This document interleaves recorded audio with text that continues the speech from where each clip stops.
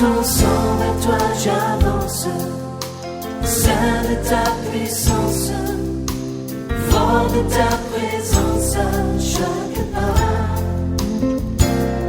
En ton sang, ma délivrance, Seigneur, parle-nous ce matin, par ton esprit, et change nos vies au nom de Jésus-Christ. Amen. Gloire à Jésus. Shalom et bénédiction à tout le monde. La croissance spirituelle, tel est le message que nous avons commencé par la grâce de Dieu et dimanche dernier que nous voulons ici. J'aimerais vous convier à lire avec moi Éphésiens chapitre 4, 11 à 15. Éphésiens chapitre 4, 11 à 15. Et il a donné les uns comme apôtres, les autres comme prophètes, les autres comme évangélistes, les autres comme pasteurs et docteurs, pour le perfectionnement du saint en vue de l'œuvre du ministère et de l'édification du corps de Christ, jusqu'à ce que nous soyons tous parvenus à l'unité de la foi et de la connaissance du Fils de Dieu, à l'état d'homme fait, à la mesure de la stature parfaite de Christ, afin que nous ne soyons plus des enfants flottants et emportés à tout vent de doctrine par la tromperie des hommes, par leur ruse, par leur ruse dans les moyens de séduction, mais que, professant la vérité dans la charité, nous croissions à tous égards en celui qui est le chef, Christ. Amen. Et il mentionne quelque chose d'extraordinaire que Jésus a fait, c'est que Jésus a donné à l'Église des ministères. Il cite les apôtres, les prophètes, les évangélistes, le docteur et les pasteurs. Il mentionne ces 5 ministères. Il dit, il a donné cela à l'Église pour le perfectionnement des saints. Le perfectionnement des saints en vue de l'œuvre du ministère et pour l'édification du corps de Christ.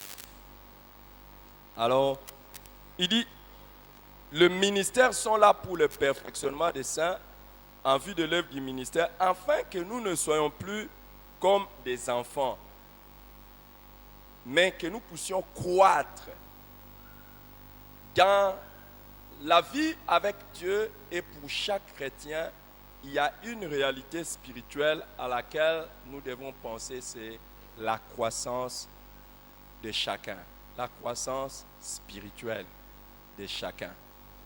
Et croître spirituellement, l'apôtre est en train de l'identifier au fait de tendre vers la stature parfaite de Christ. Tendre vers la stature parfaite de Christ, ça veut dire ressembler davantage à Jésus-Christ. Quand j'ai déjà assisté à certaines petites choses, à certaines naissances des enfants, généralement, quand un enfant naît, certains viennent, ils disent, il ressemble à sa mère ou il ressemble à son père. Mais généralement, on aime qu'il ressemble au père. Parce que pour la mère, il n'y a pas de doute. Généralement, on cherche plus les traits du papa. Parce que s'il n'y a pas de traits, on va dire quoi? Il y a des doutes. il y a des doutes que cet enfant appartienne à cet homme. Il s'est passé déjà des conflits dans des couples où le papa n'est pas clair de teint, la maman n'est pas claire de teint, mais l'enfant qui naît est clair de teint. Tout le monde commence à se poser des questions. C'est l'enfant de qui? C'est l'enfant de qui? On commence à regarder et on commence à scruter et à voir c'est l'enfant de qui. Et généralement, quand on voit certains traits, on est apaisé. On est apaisé. C'est la même chose.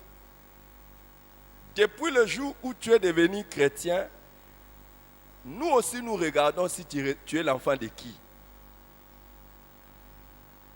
Nous regardons ta vie, nous nous posons la question, tu es l'enfant de qui? Parce qu'il doit y avoir des traits qui montrent que c'est l'enfant de tel ou de tel. Dès la naissance, vous allez voir, oh, il a les fronts comme sa mère, il a les yeux comme son père, tout le monde voit. Il doit y avoir des signes qui montrent dès ta naissance la ressemblance à ton père. Je ne vais pas parler de la mère, parce qu'il n'y a pas beaucoup de doutes, à moins qu'elle soit une mère porteuse seulement. Mais, les amis, ces signes vont s'extérioriser davantage au fur et à mesure que la personne ou l'enfant grandit. Vrai ou faux? Et si vraiment tu as été le portrait caché de ton père, quand tu seras en train de grandir, tout le monde va commencer, dès qu'on te voit, on dit, oh, toi tu es l'enfant de tel.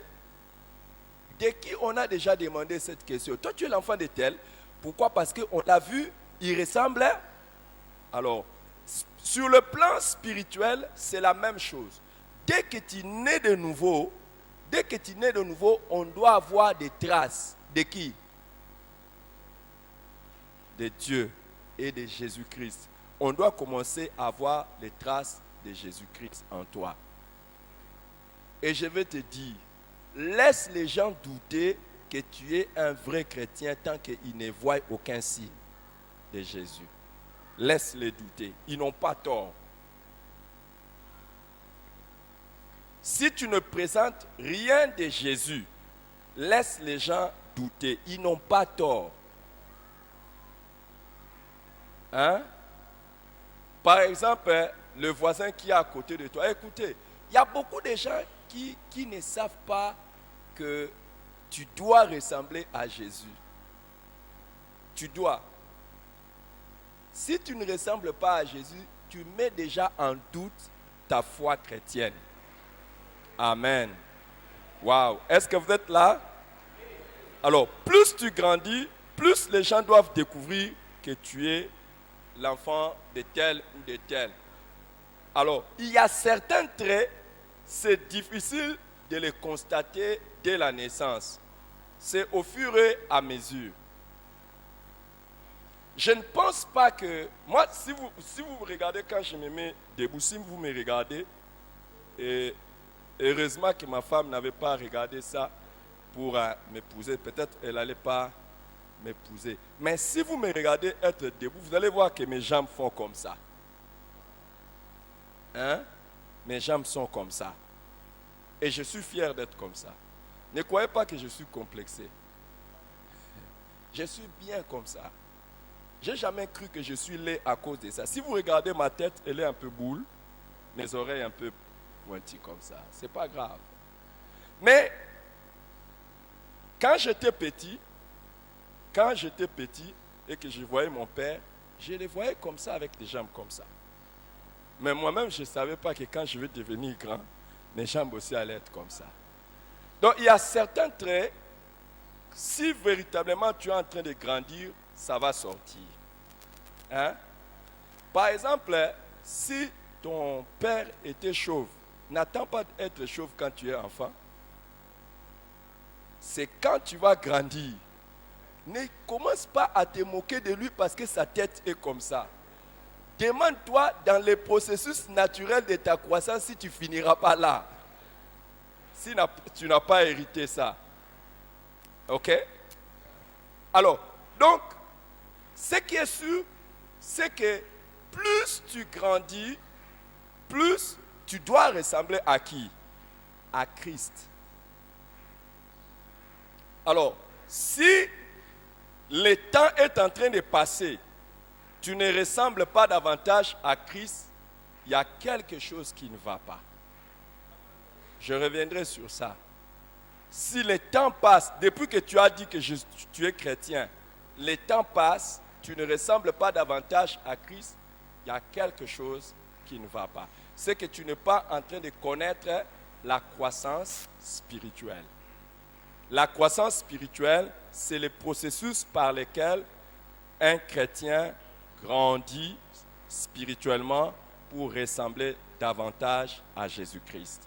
Le processus par lequel un chrétien grandit spirituellement pour ressembler davantage à Jésus-Christ dans tous les aspects de sa vie. La croissance spirituelle, c'est le processus par lequel un chrétien grandit spirituellement pour ressembler davantage à Jésus-Christ dans tous les aspects de sa vie. Alors, la fois passée, j'ai commencé par donner quelques vérités sur la croissance spirituelle. J'ai dit qu'on pouvait retenir 10 vérités sur la croissance spirituelle. Alors, ce sont des choses importantes et fondamentales à connaître à tout prix sur la croissance spirituelle chrétienne.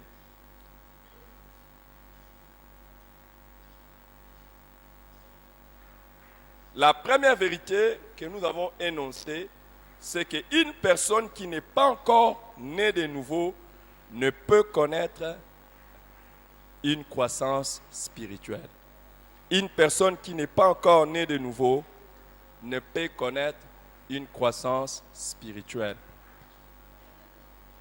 La vie chrétienne, la vie avec Dieu commence par la nouvelle naissance. Ce qui est né de la chair est chair, ce qui est né de l'esprit est esprit, nous dit Jean chapitre 3, de 3 à 5. Et si quelqu'un n'est né de nouveau, il ne peut ni entrer ni voir le royaume de Dieu. Donc, il faut naître de nouveau. Tant que tu n'es pas né de nouveau, tu es encore une personne naturelle, tu es une personne ordinaire, tu es une personne charnelle, tu es une personne qui est étrangère à la vie spirituelle de Dieu. Il faut naître de nouveau, c'est alors que tu peux connaître maintenant la croissance. Tu ne peux pas espérer toi-même commencer à grandir alors que tu n'es pas encore né. Et n'attendez jamais la croissance spirituelle d'une personne pour qui vous n'avez pas l'assurance qu'elle est née de nouveau. Amen. C'est la raison pour laquelle vous devez vous-même vous rassurer que vous êtes réellement enfant de Dieu. C'est à ce moment-là que vous pouvez espérer croître spirituellement.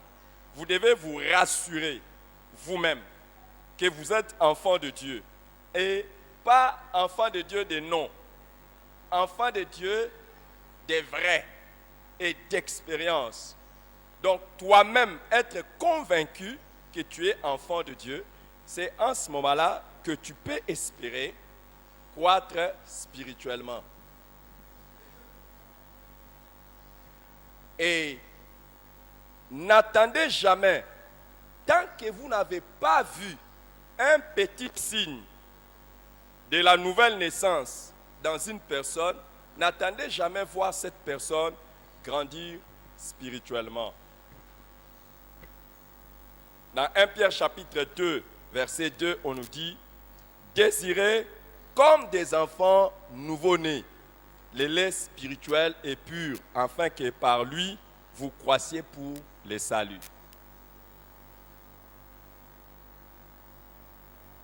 Vous ne pouvez pas vous-même désirer des choses qui vous amèneront vers la croissance spirituelle tant que vous n'êtes pas né. Vous ne sentirez même pas la soif de ça. Vous ne sentirez pas la soif de ces choses. Parce que vous êtes étranger à ces réalités. Demande à ton voisin quels sont les signes qui montrent que c'est un enfant de Dieu. Demande un peu à ton voisin quels sont les signes. Mais quand tu demandes, écoute la réponse. Non, ça c'est quel genre de personne que tu es. Tu poses la question puis tu ne réponds. Quels sont les signes qui montrent que c'est un enfant de Dieu? Hein? Et il dit quoi? Il dit quoi? Ses cheveux. Dis-lui, on ne parle pas des choses physiques, on parle de choses spirituelles. Quelles sont les choses spirituelles qui montrent que tu es un enfant de Dieu? Amen. Amen. Qui a déjà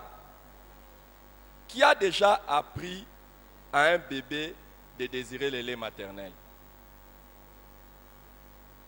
Vous avez déjà vu un enfant qui naît, un bébé, et on commence à lui apprendre. Hein? Regarde, ça c'est le lait maternel. Ou on lui met le truc, on lui dit, ça c'est né avec. Dis à ton voisin, si tu n'as jamais eu envie de lire, méditer, avaler la parole de Dieu, je commence à douter que tu es un chrétien. Dis ça à ton voisin. Personnellement, toi-même chercher la parole. Dis ça à ton voisin. Par exemple, ce matin, est-ce que tu as eu le désir de lire la Bible, écouter la parole, méditer la parole, toi-même? Désirer comme des enfants nouveau-nés les laits spirituels. Je commence déjà à douter. La raison pour laquelle vous allez voir les vrais convertis qui ne recherchent pas à avoir une Bible n'est pas vrai converti. Un converti qui ne cherche pas à avoir une Bible. Et le jour où vous commencez à passer toute une journée sans vous préoccuper de lire, méditer, étudier la Bible, vous commencez à devenir un rétrograde. Si c'était vrai que vous étiez converti. Donc vous voyez un peu. Donc tu te réveilles le matin, pas. Comme tu t'es réveillé aujourd'hui, pas. Tu t'apprêtes, tu commences la journée, tu vas au travail et tu vas comme ceci. Tu termines ta journée, tu reviens, tu regardes le journal, tu regardes le film, tu regardes le théâtre de chez nous, tu regardes toutes ces choses, tu dors. Sans te préoccuper de lire la Bible, méditer la Bible. Oh non, je ne parle pas de ceux qui ont des calendriers de Bible. Il y a un verset de la Bible qui est là, quand tu te réveilles, que ce livre de la loi de cela, tu pars. Oh, non, je ne parle pas de ceux-là. Mais je parle de ceux-là qui ont le souci de connaître quelque chose dans la parole. C'est qu'il y a quelque chose qui ne va pas. Vous savez, le jour où vous commencez à jeûner sans que votre corps ne vous dise quoi que ce soit, c'est deux choses. Soit vous avez atteint un niveau spirituel très fort et que vous avez vraiment crucifié la chair, soit vous n'êtes pas en bonne santé physique.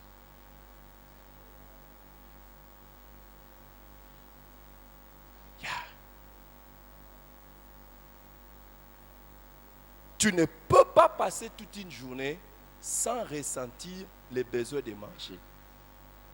Mais lorsque vous développez l'habitude de jeûner, et je parle de ceux qui jeûnent bien, vous allez atteindre un niveau où le désir du corps ne vous dit plus rien. Mais là, c'est un niveau spirituel. Mais si vous ne sentez rien physiquement, il y a quelque chose qui ne va pas. C'est la même chose sur le plan spirituel. Si vous passez toute votre journée, vous passez 2 jours, 3 jours, il y a certains, je vous regarde en face, à part peut-être écouter la prédication comme ça le dimanche ici. Abou, c'est fini. Abou Pia, c'est fini.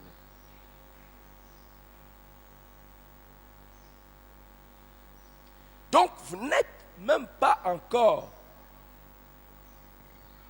né de nouveau. Ou bien vous étiez né de nouveau, mais vous avez arrêté. Tout, c'est parmi les signes. Quand vous êtes en train de donner les affermissements à quelqu'un, voyez sa soif d'avoir la Bible. C'est parmi les indicateurs pour connaître que la personne est vraiment née de nouveau. Et si vous êtes en train de... Déjà, vous donnez à la personne, par exemple, nous donnons la nouvelle naissance à la personne. Après, nous donnons quelle leçon? La méditation de la Bible. Et déjà, avant même de donner la méditation de la Bible, posez-lui la question si la personne a lu la Bible. Et ça l'intéresse de lire la Bible. Si déjà la personne n'a pas d'intérêt pour lire la Bible, n'allez pas dans la leçon de la méditation. Peut-être déjà, il n'est pas né de nouveau.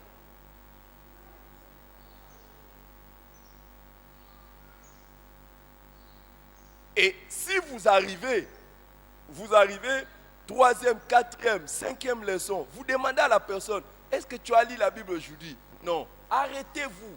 Vous êtes peut-être en train d'affermir quelqu'un qui n'a jamais commencé. Et vous bourrez sa tête de théories qui risquent d'embrouiller sa vie un jour.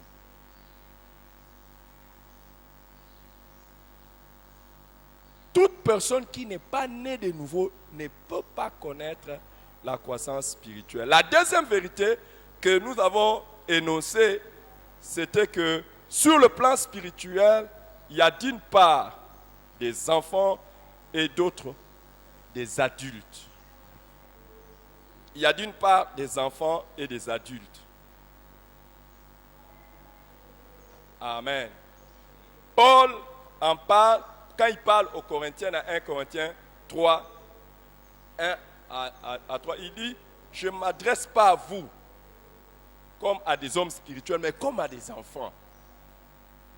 Et nous avons vu que parmi nous tous, il y a d'un côté des enfants sur le plan spirituel et de l'autre côté des adultes. Attendez, je vais fabriquer une révélation. Oh, ce n'est pas une mauvaise nécessairement, ça peut taper juste. Attendez. Ça peut taper juste. Ne croyez pas que ce que je suis en train de vouloir faire maintenant est nécessairement et totalement faux. Bougez votre main droite. Touchez votre voisin de droite. C'est un enfant spirituel. Il n'est pas adulte, il n'est pas mature. Vrai ou faux? Vrai ou faux? Hein? Vrai ou faux? Qui trouve que c'est vrai que la personne qui l'a touché à droite, c'est un enfant spirituel? Sur le plan spirituel. Je sais que tu ne vas pas me dire. Mais je voudrais vous dire que tel que nous sommes ici, et je vais arriver à cela, tel que nous sommes ici, il y a des enfants sur le plan spirituel et il y a des adultes.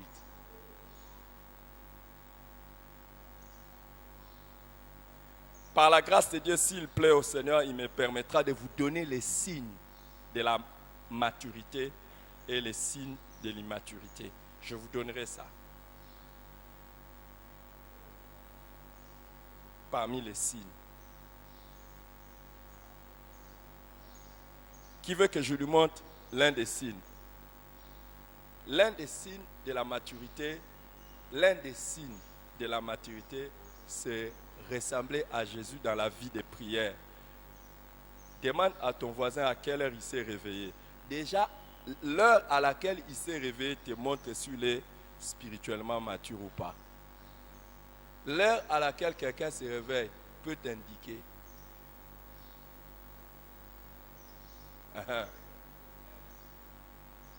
Hein? Jésus s'est réveillé à quelle heure? avant qu'il ne fasse jour. Demande à ton voisin, il s'est réveillé à quelle heure? Dis-lui, ne me mens pas, je saurai encore que tu es un bébé spirituel. Ah.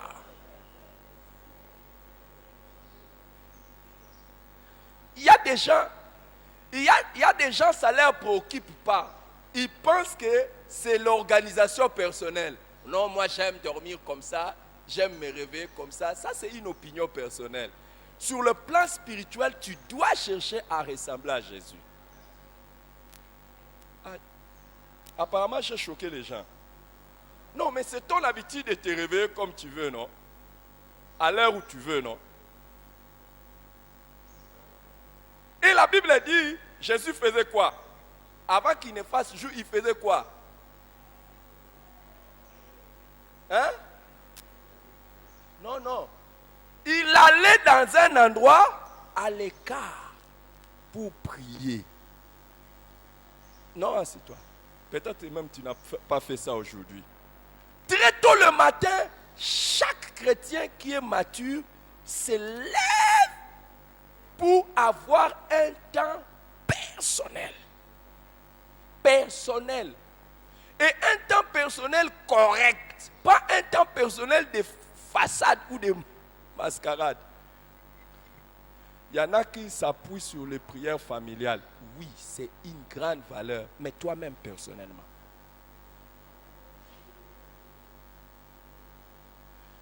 Et je vais vous montrer l'un des signes de la maturité. L'un des signes de la maturité, c'est la constance dans ce qu'on fait. Il y en a qui, s'ils le font cette semaine, la semaine prochaine, ne le feront pas. Et il y en a qui le faisaient. Par exemple, ton voisin ou ta voisine, regardez, il priait comme ça. Surtout les anciens. Dis à ton ancien, à celui qui est là, toi tu es un ancien de Sayo. Toi tu es un ancien combattant. Tu priais. Hein? Maintenant,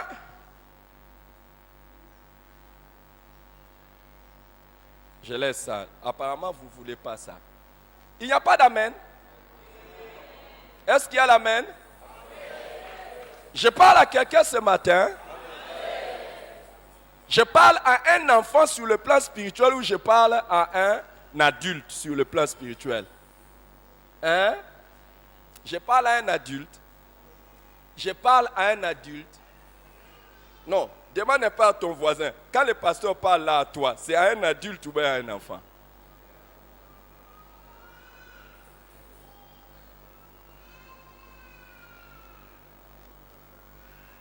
Troisième vérité, il y a des chrétiens qui croissent spirituellement tandis que d'autres régressent. Je n'ai pas besoin d'insister. Chacun doit se mettre d'un côté.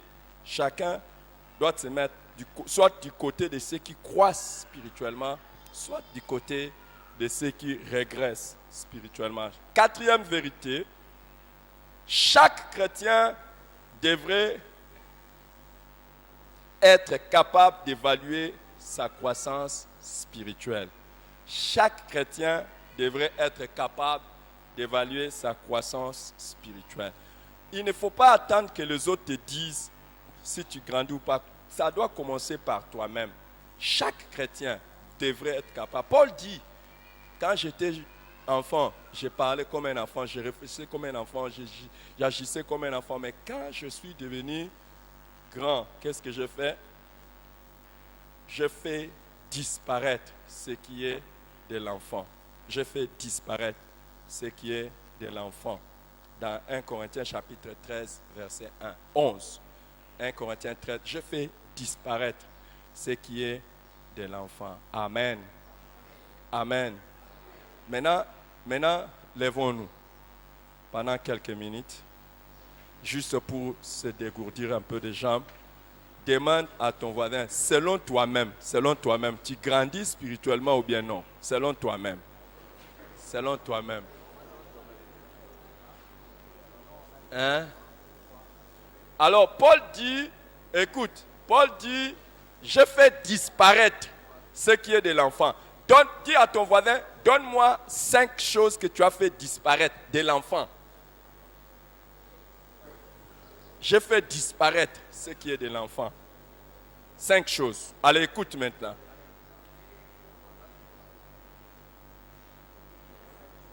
J'ai entendu quelqu'un qui a dit, il parlait en lingala, kosilika, pamba, kosilika. D'accord. Maintenant, ok, c'est fâché comme ça, tu as fait disparaître. Dis, ok, c'est bien. Qu'est-ce que tu as fait disparaître? Donc parle à ton frère. Dis-lui, j'écoute le lingala, j'écoute le chuluba. Si tu parles en chuluba, parle. J'écoute aussi le swahili. Qu'est-ce que tu as fait disparaître de l'enfant? Tu ne veux pas parler parce que c'est ta femme? Ou c'est ton mari? Waouh! Assis-toi alors. La 5e vérité que nous avons énoncée, c'est que la croissance spirituelle devrait être perceptible par d'autres personnes. La croissance spirituelle devait être perceptible par d'autres personnes. Déjà, le fait d'être chrétien doit être vu des autres. Dans Actes chapitre 11, verset 26, on nous dit que c'est lorsque les gens ont regardé les disciples qu'ils ont dit, ils sont des chrétiens. Ils les ont appelés des chrétiens. Déjà, le fait d'être chrétien doit être vu des autres. Si tu es un chrétien, mais les autres ne voient pas que tu es un chrétien, il y a quelque chose qui ne va pas.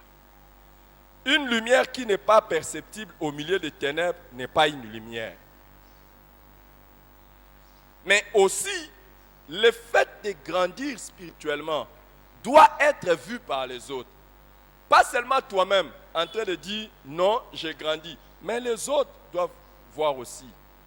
Dans 1 Timothée chapitre 4, le verset 15, Paul dit à Timothée, occupe-toi de ces choses, donne-toi tout entier à elle, afin que tes progrès soient évidents pour tous. Évident, ça veut dire quoi? Quand on dit évident, ça veut dire quoi? Hein? Visible, constatable. Aussi, palpable. Encore. Quand quelque chose est évident, c'est quoi? C'est visible, constatable, mais indiscutable. Quand quelque chose est évident, c'est indiscutable. C'est indiscutable. Et il dit que tes progrès soient indiscutables pour tous. Écoute, il faut que dans cette église, que nous tous, nous soyons convaincus que tu as grandi spirituellement. Yeah. Et ça, c'est ma lutte. Hein. Je fais un effort. Tout de suite là, quand on a commencé le culte, on m'a partagé les liens de notre culte en direct sur YouTube. Et j'ai pris ça pour partager aux autres, afin que les autres aussi soient édifiés. C'est qui est une bonne habitude, partager les liens des cultes, ça aide les gens à se connecter et à suivre. Mais pendant que j'étais en train de regarder ça, YouTube m'a proposé une autre vidéo de moi-même, en train de prêcher sur la maturité chrétienne il y a 3 ans. Une vidéo qu'on avait postée il y a 3 ans. Et qu'est-ce que j'ai fait? J'essaye de faire un effort. Ce message ici, je l'ai prêché il y a 3 ans. Dans cette même église. Qui s'en rend compte maintenant? J'essaie de faire un effort pour que ma croissance spirituelle, même dans mon ministère de la parole, soit évidente pour tous.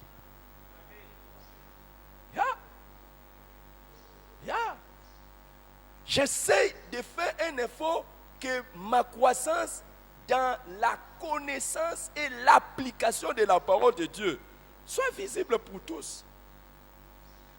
Par exemple, cette semaine, j'étais en train, comme je l'ai dit, tu évalues toi-même. Moi-même, j'ai évalué, c'est à partir de l'année passée que sur le 365 jours de l'année, à partir de l'année passée, sur les 365 jours de l'année, que moi, j'ai au moins, au minimum, 100 jours de jeûne. Ça veut dire quoi? Sur les 52 semaines, j'ai au moins 2 jours de jeûne. Mais cette année, je suis en train de me poser la question si Dieu ne peut pas me faire la grâce de faire 200 jours.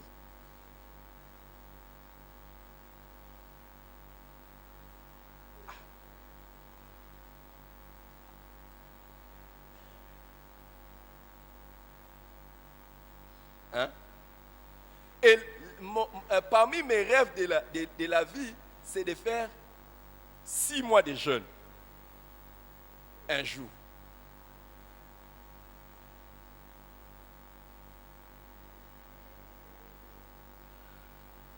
Mais lorsque tu évolues dans le domaine du jeûne et de la prière, ta femme doit les voir. Et les gens qui sont là doivent voir ça. Dans la connaissance de la parole de Dieu, j'ai fait un effort. Quand je prêche, quand je parle de la part de Dieu, je dis, est-ce que les gens ont encore quelque chose de nouveau à apprendre de moi? Est-ce que mes progrès sont évidents pour tous? Normalement, on doit voir ça. Vous êtes restés calmes. Apparemment, vous ne gênez pas. Hein? Vous gênez ou bien vous ne gênez pas? Donc, j'ai parlé seulement de 100 jours de jeûne et prière par année. Ce qui est même un peu. John Wesley disait, je ne peux jamais ordonner dans le ministère quelqu'un qui ne jeûne pas 2 fois dans le ministère. C'est ce qui m'avait bouleversé. Je ne peux pas ordonner dans le ministère, reconnaître le ministère de quelqu'un qui ne jeûne pas 2 fois par semaine. Ça, c'est John Wesley.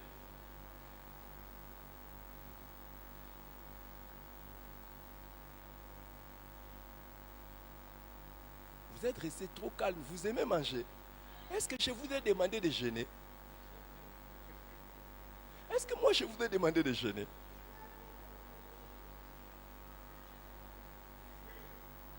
Je ne sais pas vous. Mais normalement, dans ta vie de prière, dans ta vie de la parole, dans ton caractère, dans tout ce que tu es, on doit voir que tu grandis. Hein? Dans ta manière de faire le ministère, on doit voir que tu as grandi. Aujourd'hui, je vais annoncer la 6e vérité. C'est que la croissance spirituelle n'est pas nécessairement liée au temps. La croissance spirituelle n'est pas nécessairement liée au temps. Hébreux chapitre 5, 12 à 13.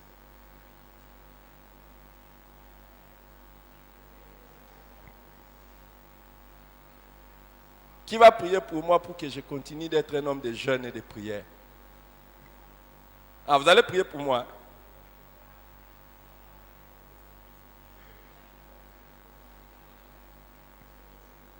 Qui veut que je prie pour lui pour qu'il soit un homme de jeûne et de prière? Regardez. Je vais vous donner un secret. Jésus avait dit, ces gens de démons ne sortent que jeûne et la prière. Voici un de mes secrets. Voici l'un de mes secrets. Ces gens de démons ne sortent que le jeûne et la prière. Je vais donner un de mes secrets et vous n'êtes pas obligé de l'appliquer. C'est pour ça que je cherche à améliorer. Les 2 jeûnes que je fais chaque semaine, un jeûne est pour les choses de Dieu, les ministères, le travail de Dieu et tout ça. Et chaque semaine, j'ai un jour de jeûne pour la famille. Il y a les démons qui vont s'amuser de ta femme, de toi-même, de tes enfants et de tout ça si tu ne jeûnes pas. Il y a un certain degré de combat spirituel pour ta femme, tes enfants, ta famille. Si tu ne jeûnes pas, ça ne va pas marcher. Et tu ne dois pas transférer tes responsabilités à quelqu'un d'autre. Si tu es père, c'est toi le numéro 1 qui doit jeûner pour ta famille. Il y a des combats pour ta famille. Et c'est la raison pour laquelle il y a beaucoup de choses que tu n'arriveras pas à expliquer et à vaincre concernant ta propre famille. Parce que tu ne jeûnes pas.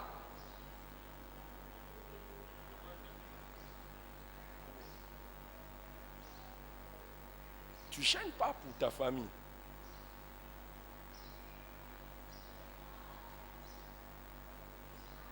Tu aimes tellement manger qu'on va manger tes enfants. Yeah.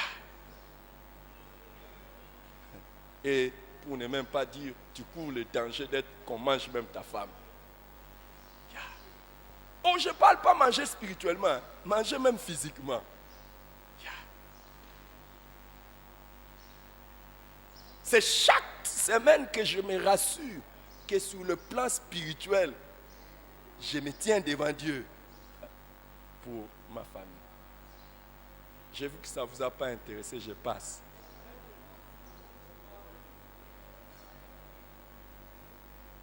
Vous êtes toujours là, Seigneur, ma famille. Ma famille, tu es prêt à quel sacrifice pour ta famille? Cet enfant me donne des maux de tête. Mais des maux de tête, quand généralement tu as des maux de tête naturels comme ça là, tu n'as pas faim. Mais les maux de tête qu'un enfant te donne, ça ne t'amène pas à gêner. Et tu dis que tu es intelligent spirituellement. Continue à avoir des maux de tête.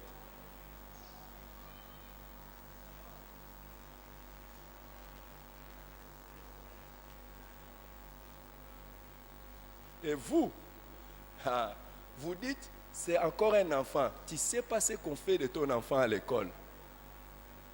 Au lieu de gêner, de prier. Tu ne sais pas. Vous me regardez. Que j'arrête? Mais pourquoi vous me regardez?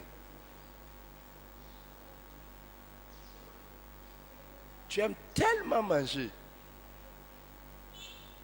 Tu aimes quoi? Dis à ton voisin, tu aimes tellement manger. Et tu attends les convocations, tu attends les jours où on va dire 3 jours de jeûne et prière pour les familles, tu viens. Écoute, les convocations solennelles sont bonnes, mais n'oubliez pas, le diable n'est jamais en vacances.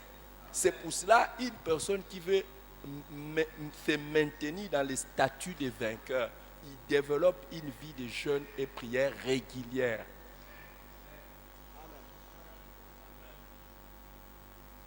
Et quand Jésus avait dit, ce genre de démons ne sortent que par le jeûne et la prière, il n'a pas dit que chaque fois que tu as un démon, tu jeûnes. Donc c'est le fait que tu sois dans une vie de jeûne et de prière qui te donne l'autorité d'opérer et de les maintenir en échec.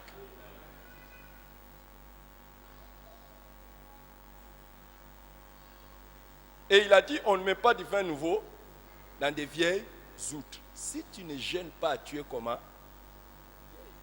Vieille outre. Il y a de nouvelles choses que tu ne recevras pas. Sur le plan spirituel. Il y a une certaine dimension de l'esprit que Dieu ne déversera pas en toi. Parce que ton vase est vieil. Pourquoi? Qu'est-ce qui fait vieillir notre vase? L'absence de jeûne. Quand il a dit on ne met pas de vin nouveau dans les vieilles, c'est quand il avait parlé du jeûne. Qui veut que je lui enseigne sur le jeûne? Qui veut que je lui parle du jeûne et prière? Vous savez, les amis, si on t'enseigne sur le jeûne et prière, tu risques de commencer à jeûner toute ta vie.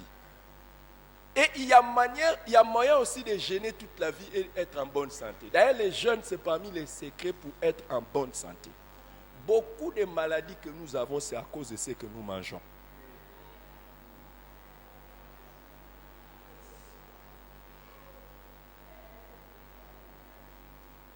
J'arrête ça. Vous commencez à me regarder comme si j'ai raconté des histoires du ciel, alors que je suis votre frère sur la terre. Et il y a des gens qui ne sont pas simplement intelligents spirituellement. Tu vas venir au culte aujourd'hui. Si tu es normalement normal, donc c'est que tu étais venu, tu n'as pas mangé. Mais qu'est-ce qui te peut... Pourquoi tu ne déciderais pas un dimanche comme ça quand tu viens de jeûner? Pourquoi? Parce que tu vas rester ici pratiquement toute la journée. Tu n'es pas intelligent et sage spirituellement pour savoir tourner les circonstances de la vie en ta faveur. Tu dois aller présenter un examen. Et tu sais que naturellement, tu ne peux pas avoir l'appétit avant d'aller faire l'examen. Pourquoi tu ne tournes pas chaque examen en occasion de quoi? De jeûner.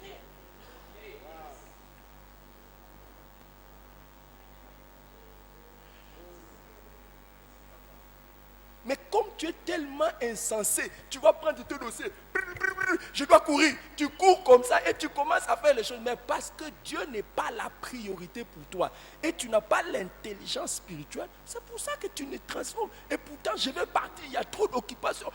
D'accord, comme il y a trop d'occupations, Seigneur, je dédie aussi cette journée à toi. Pour ça.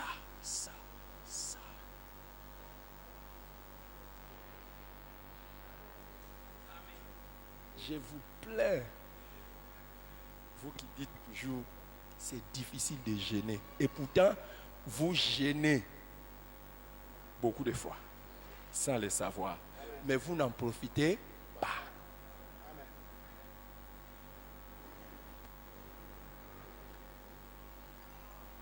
Qui veut que je lui parle du jeûne? Non, je laisse ça. Je laisse ça. Demande un peu. Non, je laisse ça. Qui devient un peu intelligent? Il y en a, je sais que pendant la pause ici, il y en a dans des groupes qui vont courir. Et je disais quelque chose hier à certaines personnes. Parmi les obstacles et les difficultés pour être spirituel, c'est le mariage. C'est le mariage. Être spirituel et faire des progrès sur le plan spirituel, c'est un mariage. Les mariages. Et des fois, les mariages normaux, pas les mariages difficiles. Parce que quand je dis que les obstacles, là toi, tu vois les mariages où vous chamaillez, tout ça. D'ailleurs, c'est quand vous êtes dans un bon mariage que vous pouvez avoir un bon obstacle pour les jeunes. Parce que votre femme se préoccupe de votre physique. Je ne parle pas des mariages difficiles parce que généralement, les mariages difficiles prédisposent aux jeunes.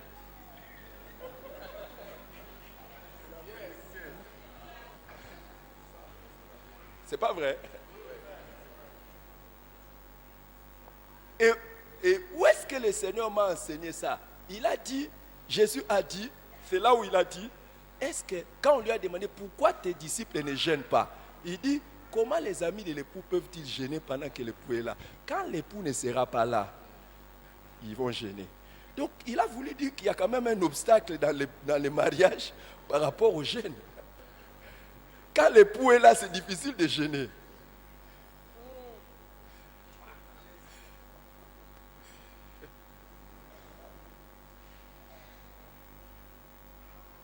Et je disais aux gens hier, c'est pour ça que vous allez voir que dans la Bible, les gens qui ont connu beaucoup d'expériences spirituelles extraordinaires, c'est soit des célibataires, soit des veuves.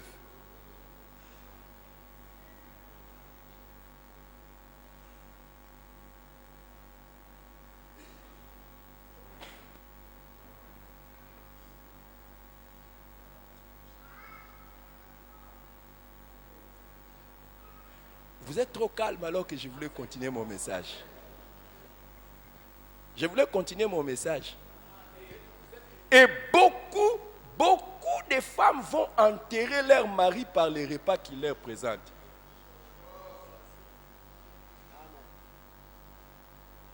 Il y en a qui aiment tellement que leur mari mange. Ah.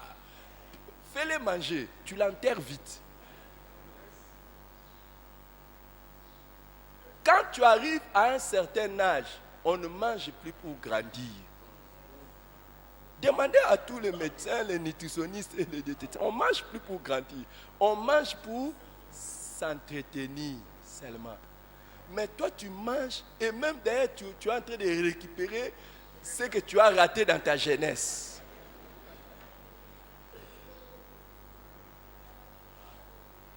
Je dois laisser. Hein.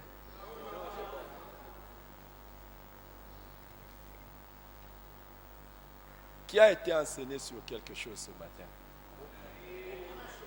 Hein? En sortant d'ici, tu sors avec une chose? Quand même? Quand même? Et ne vous en faites pas, ça ne me dérange pas de vous répéter les mêmes messages. Le dimanche passé, j'ai prêché la même chose. Aujourd'hui, je prêche encore la même chose. Un bon père ou une bonne mère ne s'inquiète pas de répéter la même nourriture à ses enfants tant que c'est utile pour eux. Et un bon père ou une bonne mère ne se préoccupe pas de donner des recettes nouvelles à ses enfants pour les impressionner. Ne croyez pas que moi je viendrai avec des messages, 7 clés mystiques pour que vous puissiez de connaître des choses extraordinairement étranges, afin que vous puissiez bouger dans la vie et prospérer. Non, moi je suis votre père. Je vais vous enseigner des choses calmement.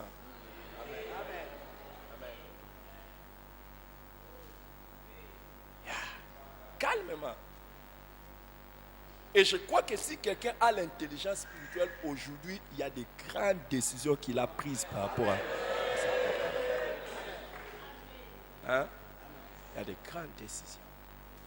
Il y a des grandes décisions. Les enfants ont bâti une haie, une clôture autour des enfants, spirituellement, dans les jeunes et dans la prière. Les enfants. Et c'est pour ça que le diable n'arrivait pas à toucher ni Job, ni ses enfants.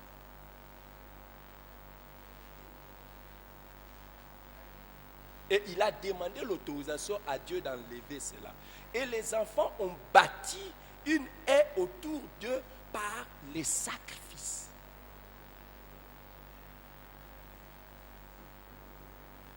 L'erreur seulement de Job, c'est que lui bâtissait les haies.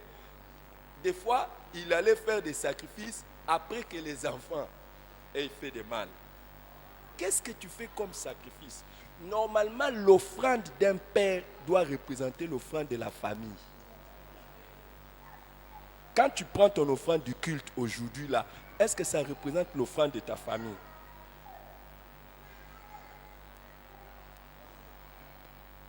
Dans mon offrande se retrouve mon enfant, mes enfants et même ma femme. Elle a ses moyens et elle donne à Dieu comme c'est bon.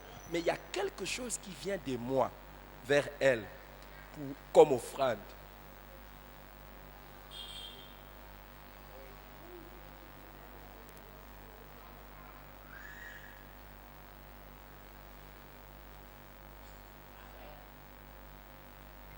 Lévi a payé la dîme en Abraham.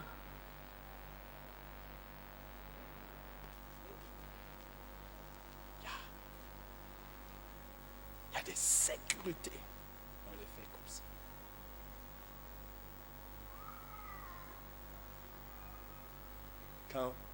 Quand vous voyez que, ah non, je viens, je vous dis, j'augmente, mais vous ne savez pas. Vous êtes trop calme. Je crois que je dois arrêter le message là.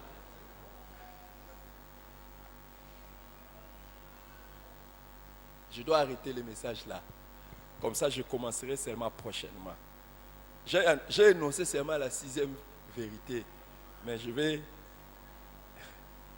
je crois que je dois développer ça après. Les choses que Dieu a voulu que nous puissions entendre ce matin sont importantes. Hein? Qui a appris quelque chose? Juste un peu. Juste un peu. Hier, j'étais en train de partager avec un de mes enfants dans la vie.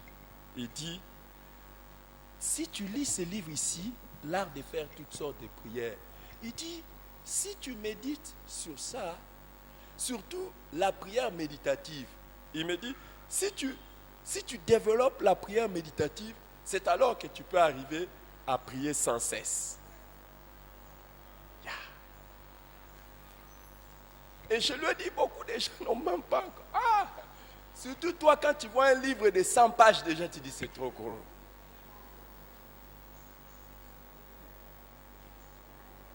Et il y en a qui ont pris ça, qui sont allés jeter ça.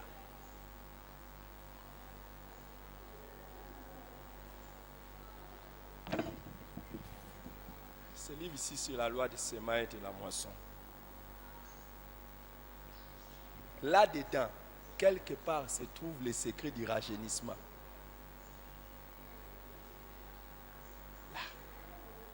Là-dedans se trouvent les secrets même pour rester en bonne santé. Je suis en train de bénir le Seigneur. Hein. Aujourd'hui, nous sommes les 30 octobre. Par la grâce de Dieu, du début de l'année jusqu'à encore maintenant, même pas un comprimé, même pas une injection, même pas l'hôpital. Ah! Et pourtant, le Dieu que nous prions,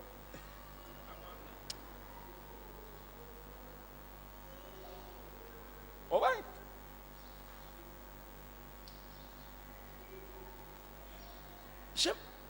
Des fois, quand tu prêches, c'est quand même bien qu'il y ait des Amen, Alléluia, prêche. Vous êtes trop calme. Tout ce qui me donne un peu d'assurance, j'ai dit un peu d'assurance, c'est que je ne vous vois pas dormir. C'est qu'apparemment, vous m'écoutez. Maintenant, ce qui me préoccupe après, maintenant, qu'est-ce que vous écoutez?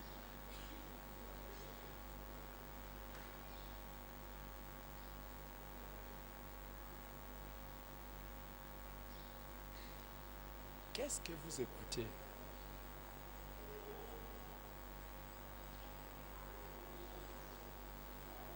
Hein? Hier, je disais à tous les jeunes, si tu es jeune et que tu ne jeûnes pas, n'attends pas quand tu vas être marié que tu commences à jeûner. Tu es déjà mal parti. Ah, tu es mal parti. Et je disais, je comprends difficilement un jeune chrétien obèse. Tu n'as pas de mari qui te surveille. Tu n'as pas de femme qui te surveille. Mais toi-même seulement par la gloutonnerie, tu deviens... Incline-le. Incline-le. Je crois que vous avez fini de me regarder. On va... Waouh. Waouh.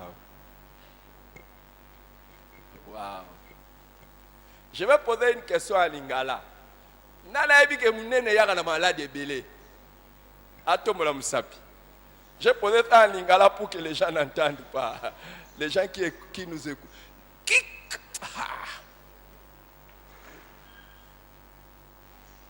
Qui veut que je lui donne les recherches scientifiques sur la manière dont l'obésité, le nombre d'années qui diminue dans l'espérance de vie, l'obésité. Donc chaque fois que tu as dépassé ton poids normal, demande à ton voisin s'il connaît le poids normal qu'il devait avoir, le poids idéal, avec son âge, sa taille, tout ça, le poids idéal qu'il devait avoir. Est-ce qu'il sait ça? Il ne sait pas ça. Il y en a qui ne savent même pas comment on calcule ça. Et pourtant, c'est gratuit sur Internet. Donc quand tu entres sur Internet, c'est seulement Facebook, Twitter, et puis quoi encore? WhatsApp et tout ça. Il y a moyen de savoir, bon, avec ma taille, tout ça, quel poids idéal je dois avoir. Il y a moyen de savoir ça. Hein? Et chaque fois que tu dépasses ça, tu es en train de diminuer le nombre des années de ta vie. Est-ce que tu savais ça? Non. Sois béni, sois béni. Est-ce que tu savais ça? Oh non, je laisse ça. Non, je vais enseigner quoi? Ça, c'est pas moi, ça, c'est les scientifiques qui enseignent ça. Hein? Donc, c'est moi qui enseigne, ce sont les scientifiques. C'est scientifique, non? Est-ce que c'est moi qui enseigne ça? Non, ça, c'est pas moi. Non, écoute, j'arrête. Et puis, mon message d'aujourd'hui, c'est trop calme. Pourquoi vous n'êtes pas chaud aujourd'hui? Pourquoi vous n'êtes pas chaud aujourd'hui? C'est comme j'ai dit, la seule chose qui m'a donné l'assurance, c'est que je n'ai pas vu. En tout cas, il y en a eu quand même qui ont vu. Vous savez qu'il y a des gens qui sont nés comme des gens qui ont dans la naissance et dans la nature la somnolence pendant le culte. Il y en a quand même qui n'ont pas échappé à ça aujourd'hui. Même aujourd'hui, il y en a qui n'ont pas échappé. J'ai vu certains. En tout cas, ils avaient fait quand même un effort pour rester égal à eux-mêmes. Donc, ils ont quand même somnolé un peu. Vous voulez que je vous le montre? Moi, je suis pasteur, je vous connais, non? Vous voulez que je vous montre? Écoutez, si tu es un professeur, tu es un enseignant, tu ne connais pas l'enfant qui somnole. Et moi, le pasteur, vous voulez que je sois comment? Je connais parmi vous les gens, moi-même je sais. Quand tu les regardes, ils bougent.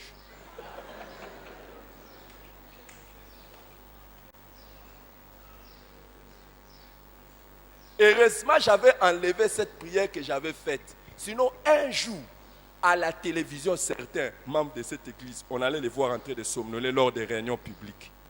J'avais fait cette prière, heureusement, j'avais enlevé ça. Hein? Donc, tout ce que ça m'a donné comme assurance, c'est que vous me regardez. Bon, à part ceux qui sont là-bas derrière, qui ont l'habitude de venir, ils ont les retards nés. Certains sont venus en retard par hasard, mais d'autres, je vous dis, même le dimanche prochain, ils s'asserront là-bas. Pourquoi? Parce que ce sont des retardataires nés. Et nous verrons leur cas. Nous verrons leur cas dans la suite de cet enseignement.